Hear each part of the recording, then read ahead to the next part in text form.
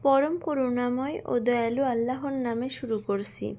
সূরা আন-নিসা, বাংলা অর্থ, আয়াত সংখ্যা 11। আল্লাহ তোমাদের সন্তানদের ব্যাপারে নির্দেশ দিচ্ছেন যে তোমাদের পুত্র পাবে 2 কন্যার সমান, তবে যদি তোমাদের 2-এর অধিক কন্যা হয় তবে তারা 2/3 পাবে, আর যদি শুধু 1 কন্যা হয় তবে সে অর্ধেক পাবে।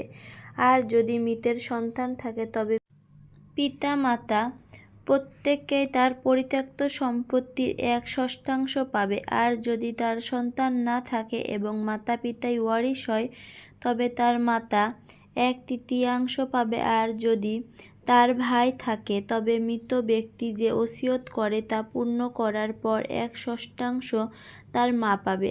তোমাদের মাতা পিতা ও সন্তানদের মধ্যে কে বেশি উপকারী হবে তা তোমরা জানো না। এটা আল্লাহর বিধান। নিশ্চয় আল্লাহ সর্বজ্ঞ প্রজ্ঞাময়। আয়াত সংখ্যা 12।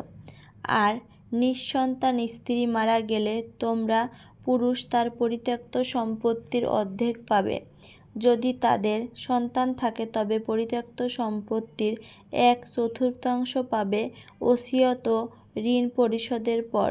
তোমাদের স্ত্রীরা তোমরা পুত্র যদি নিঃসন্তান হয়ে মারা যাও তবে পরিত্যক্ত সম্পত্তির 1/4 পাবে, তবে যদি সন্তান থাকে তবে পাবে 1/8 ওসিয়ত পূর্ণ করার বা ঋণ পরিশোধ করে দেওয়ার পর। আর সে পুরুষের ত্যায্য সম্পদ তার যদি পিতা পুত্র বা স্ত্রী না থাকে এবং মৃতের 1 ভাই বা 1 বোন থাকে তবে তাদের প্রত্যেক 1/6 পাবে, কিন্তু তারা যদি 2-এর অধিক হয় তবে ত্যায্য সম্পত্তির 1/3 পাবে। এটা হবে মৃত ব্যক্তির ওসিয়ত ও ঋণ আদায়ের পর। ওসিয়ত যেন কারো ক্ষতি না করে। এটা আল্লাহর নির্দেশ। আল্লাহ সর্বজ্ঞ সহনশীল। আয়াত সংখ্যা 13। এটা আল্লাহর বিধান। আর যে আল্লাহ ও তার রাসূলের আনুগত্য করে তাকে জান্নাতে প্রবেশ করাবেন, যার নিচ দিয়ে ঝর্ণাধারা প্রবাহিত। তারা সেখানে স্থায়ী হবে। এটাই বড় সাফল্য। আয়াত সংখ্যা 14।